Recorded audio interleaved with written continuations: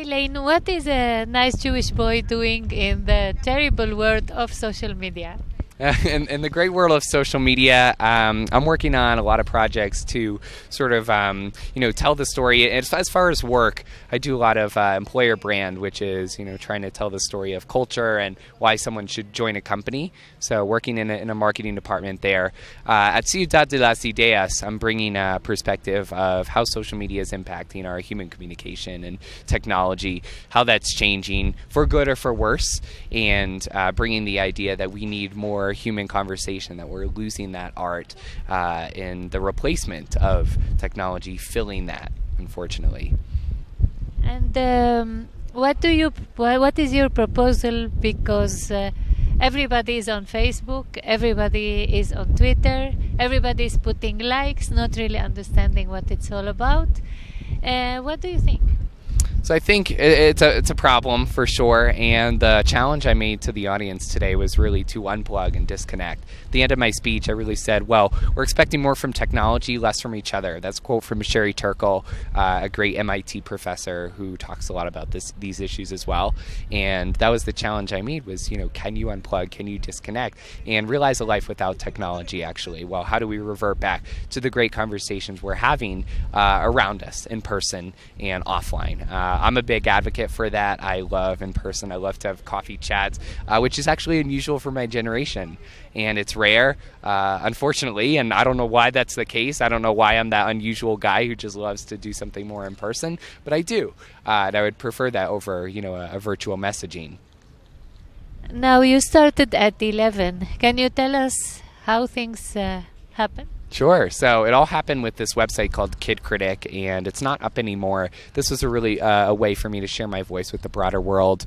I realized, anyone can create a website. Anyone can write about anything that they want, pick a passion, pick a topic, and go put it out there, really. So I was writing some blog posts on reviews by a kid for kids and families and putting that out, promoting on social media, actually. So that's when I hopped on social networks and realized, whoa, I can meet a ton of people here. I can promote a big idea, talk to people, find Twitter chats, big topics that people are interested in, and talk about those. So I started going to some tweet ups where you meet people you tweet in person, actually, and then started doing some training, consulting, and speaking, a lot of which came from social media, from people I had met. And now it's my job, ultimately, is doing this and working with a brand to create a great social media presence or strategy that works well.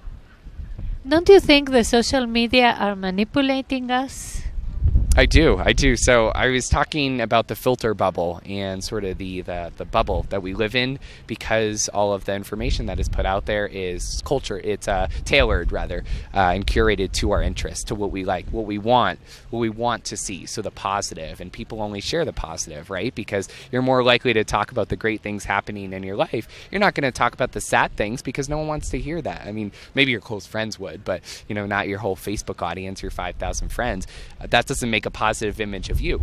So we put out this message that is filtered, and people will talk about only the idea that they support if other people are talking about it as well, because trends exist, and people follow trends on the internet, in society in general, and that's what they're going to follow and talk about more on social media, because it's harder to take a stance and stand against something when you have the power of people saying no, and they will slam you. But when you go along with other people, they're less likely to make a comment, less likely to hit you or attack you because of that. So we definitely do live in sort of that manipulation, because everything is curated to what we do want, and that is part of a problem, part of our own problem, because we're using it so much. And the less we use it, I think, a little bit the better in some ways too. The more we use it, the more we learn too. But we're learning one-sided. We're learning biased based on what is out there on our feeds and what comes through.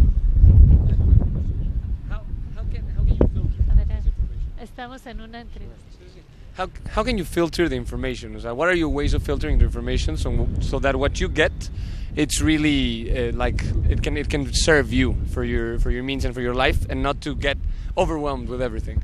Sure.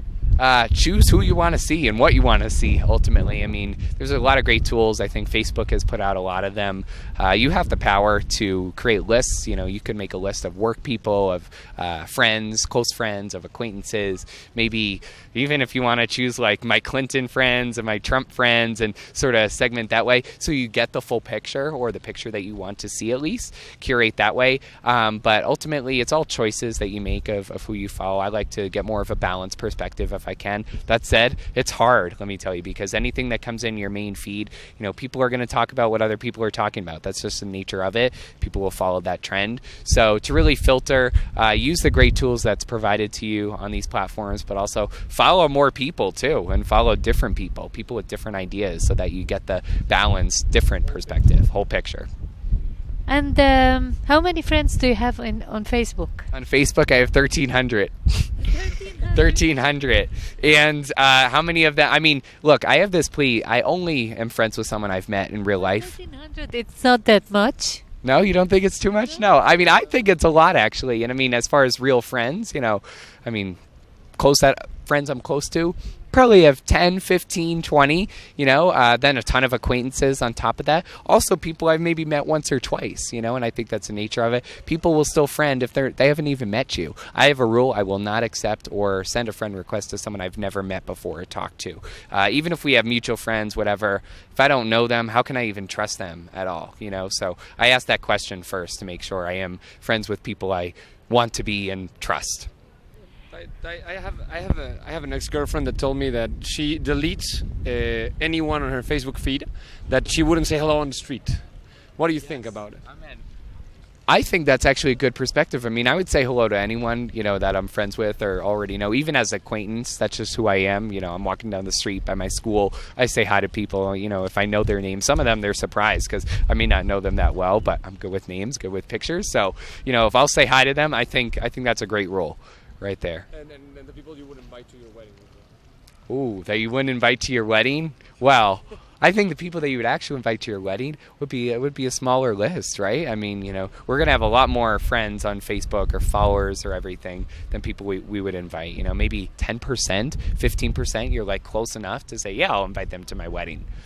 And have you met or contacted Mark Zuckerberg? I have not. That is something I should do, actually. I think that would be actually really interesting to see if I hear back. And I should think of what I would say to him, to be honest. What would I say? I think I would give feedback on the platform, on Facebook.